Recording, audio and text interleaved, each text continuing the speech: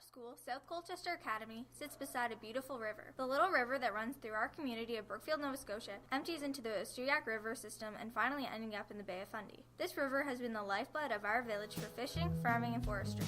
Our school loves soccer. Over the last few years, the river has been flooding its bank directly into our soccer field, filling it with mud and water. For a small river, it seems to be very powerful and is doing all kinds of damage to the property nearby.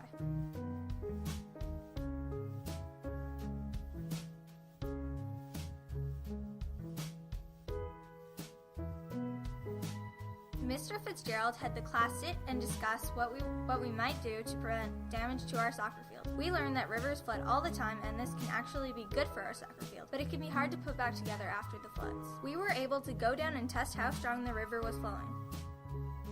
We recorded our measurements with how far our ping pong will go down the river for 20 meters and how fast it will go. And we timed it and we are going to record our times and we're going to figure out the velocity of it.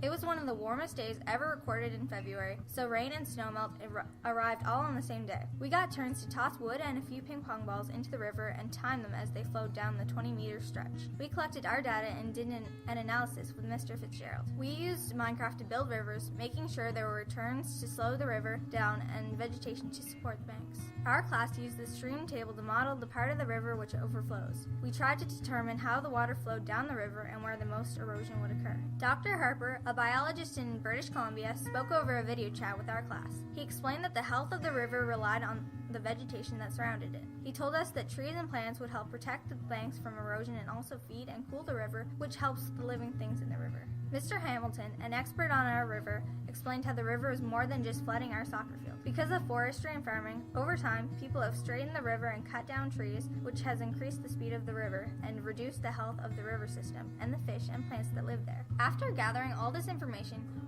we finally had a discussion of what we could do.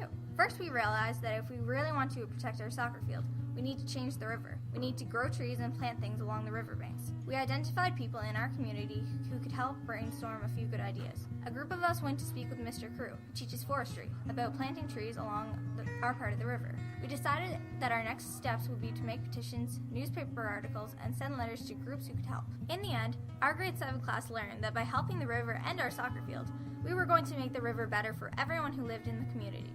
Even our fish. They love school too.